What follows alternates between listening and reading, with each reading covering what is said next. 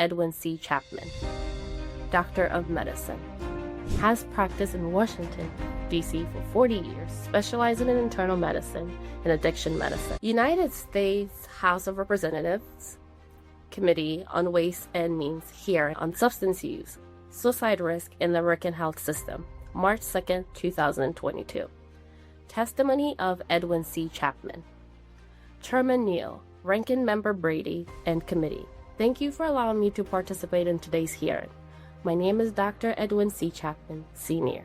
For the past 42 years, I have practiced internal medicine just 2 miles from the U.S. Capitol building. In 2000, I began treating patients suffering from opioid use disorder as the medical director of one of the 3 methadone clinics currently operated in the District of Columbia. It was there that I was introduced to the complex challenges faced by individuals and families confronting many issues, including access to mental health and substance use disorder services, housing discrimination, employment difficulties, criminal legal interference with the delivery of medical care, as well as multiple chronic physical health problems such as HIV/AIDS and hepatitis C.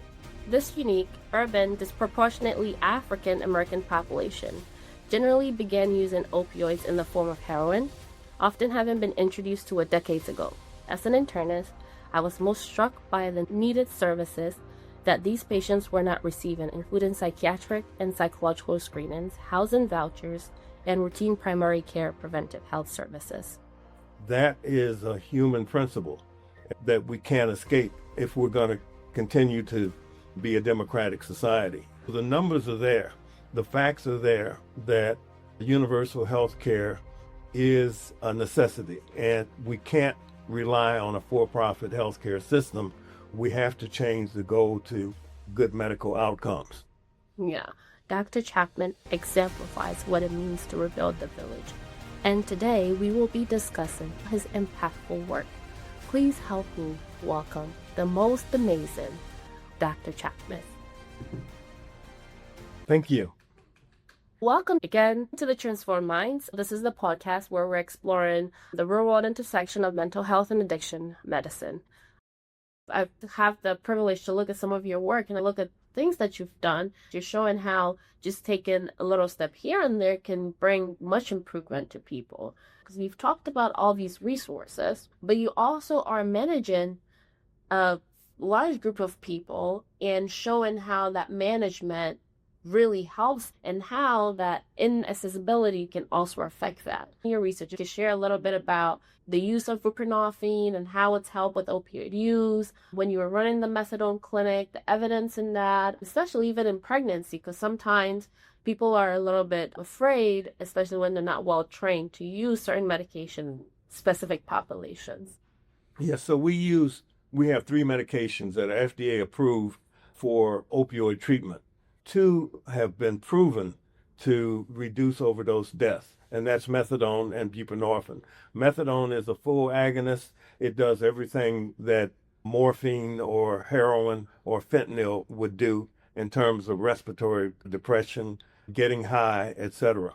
Buprenorphine works a little differently. It's also an opiate, but it's what we call a partial agonist. It does not have the propensity to cause respiratory depression or euphoria. But it's a weak opioid, but it ties very tightly to the opioid receptor sites and makes it virtually impossible in some instances if you get high enough doses, so that even if the person does use an opioid on top of it, it won't be effective.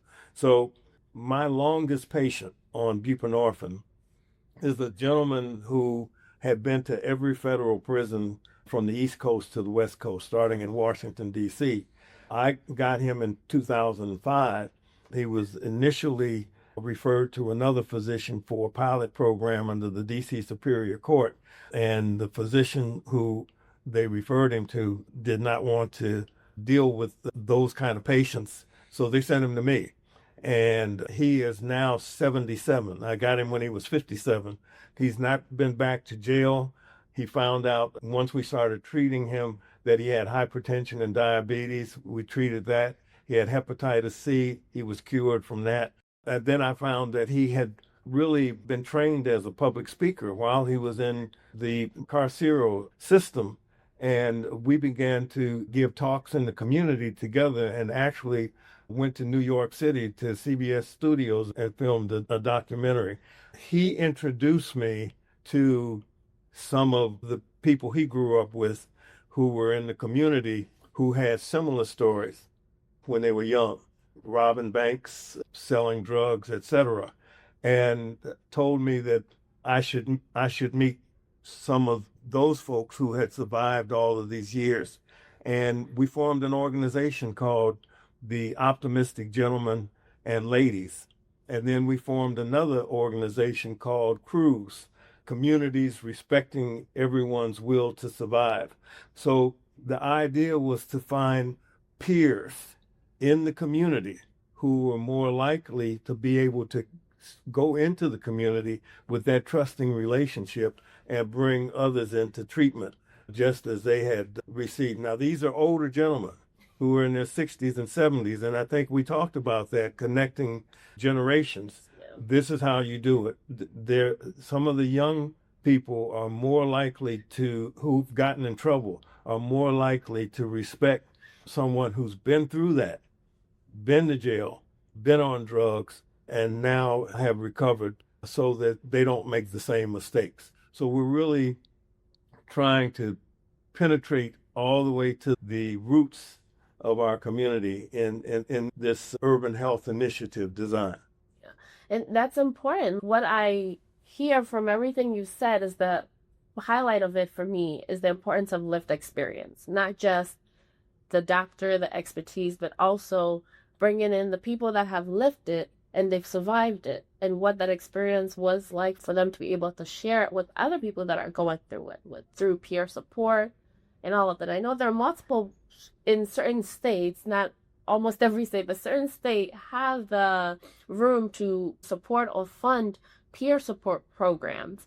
Can you highlight the importance of those and how, like you've shown through the story, we as clinicians could advocate for them, could apply for grants or funds to help push programs like the one you have, Crews, or the gentlemen and ladies that you have? So we're really talking about getting out of the ivory tower and a top-down approach, a judgmental approach, saying that we don't know why these people do what they do. We're really saying, yes, we know why they do what they do, and that in order for us to really have an impact, we have to bring the entire community, that everyone is a healer.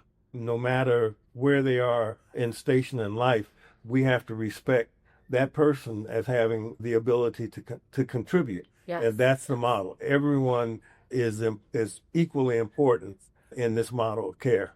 Yeah, and that's important. So it's like a holistic approach to the care that we're given. And it's so important. I always tell people we're just looking at professionalism and what's the importance of all these different components of it. And I was really down to arguing about the well-being of people because I truly believe if you're not well, you can't care for other people. You can't contribute to other people. And that's what the urban health model has been able to do, is providing a well community that can support each other and be there for each other when they're going through crisis, regardless of what they may or may not have. And unfortunately, sometimes we don't have a lot in the communities that we may come from.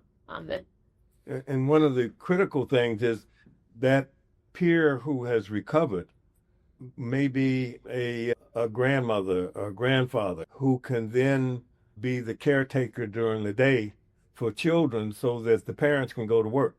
So we really have to look at all the pieces as they fit together, the economics. You just created a job also for peers in the community who go out and bring people into treatment.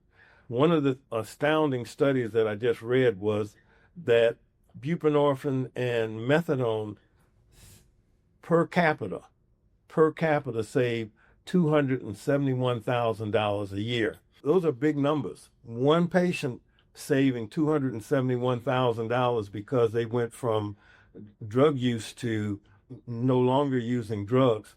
It means that they're no longer likely to infect somebody with AIDS or hepatitis C if they have, which could cost The Hep C could cost over $100,000 to treat.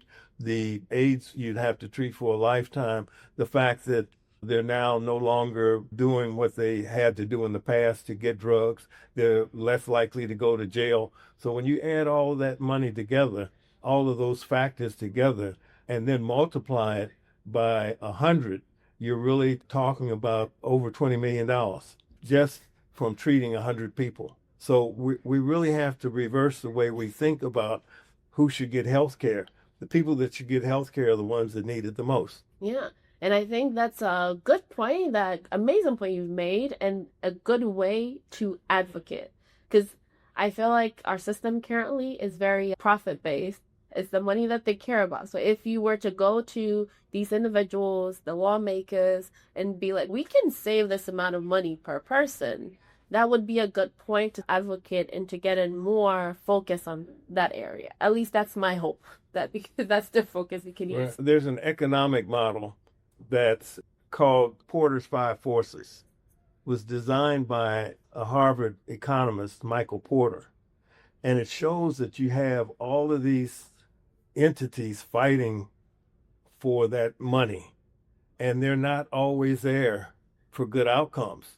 Just imagine the fact that if somebody goes to jail, somebody makes money off of the jumpsuits, somebody makes money off of the food services. Yeah. So they're not fighting for treatment.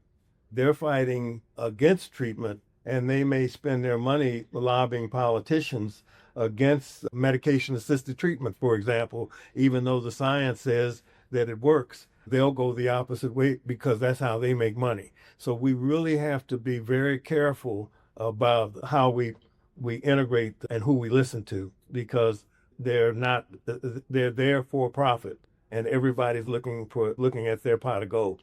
Which is why I am so grateful you are here today, because my goal, part of this project, is to put out information to bring a balance to all the misinformation and the people that may not be doing things for goodwill, for the people that we care for, the communities that we're here for. I'm grateful that you're here to share your expertise with us, your knowledge and the skills over the past few decades that you've been in practice, and for people like myself to learn from you. We've spoken a lot. We've spoken about the pharmacology, the predictors, the risk factors, the economics of it.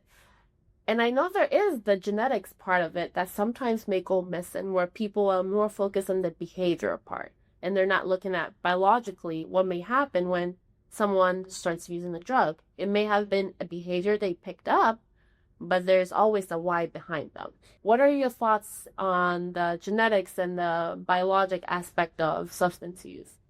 It's very interesting that when we look across the board, we have drugs that are legal, alcohol and tobacco, and drugs that are illegal or used in an illegal manner.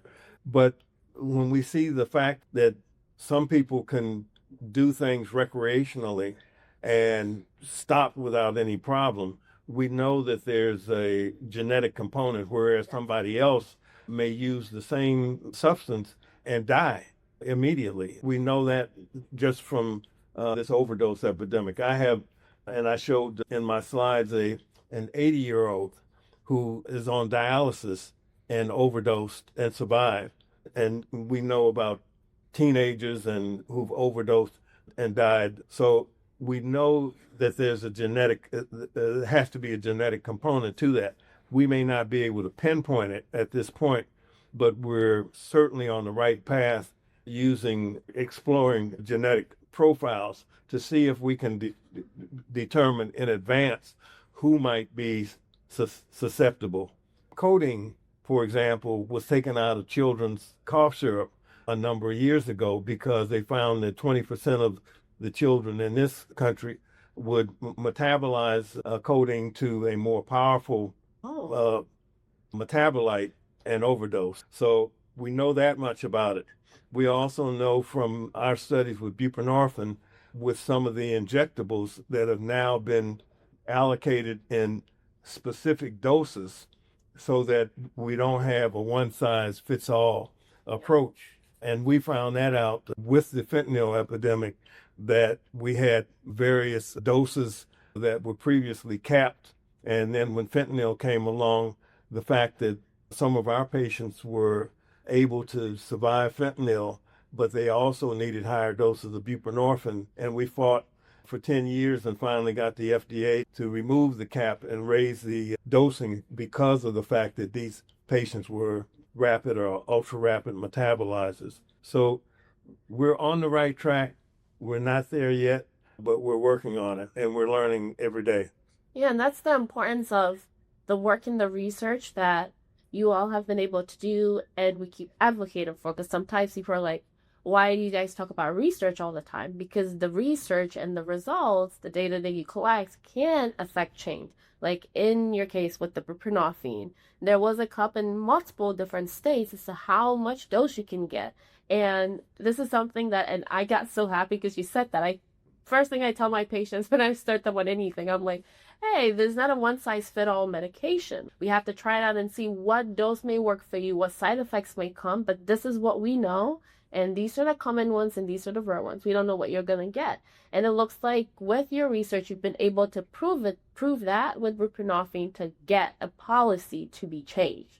And that's why it's important to do research and to keep advocating for more funds. And I'm just so glad you're here to exemplify that for anyone that may be listening, the medical students, trainees like myself, the early career professionals, even the seasoned professionals that may want to pivot. And we've covered a whole array of things, and I want to bring to a close in trying to develop a treatment plan that integrates not just the pharmacogenetics that we've discussed, but also the social determinants of health. So if I presented a patient to you and you were to develop a treatment plan for them that was holistic in approach, what would be your process?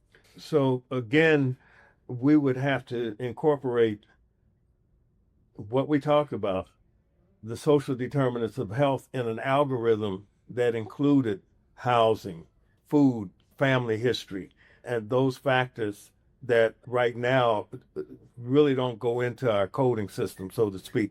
We're generally just looking at the medical component of it, the dosage of the medicine, et cetera, but we have to incorporate that community component.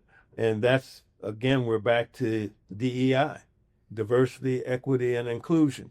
And who's most likely to be at the forefront are the people who are in the most dire economic circumstances. And that's why we were able, in many instances, to realize that there were differences because we were dealing with a population that was in community distress.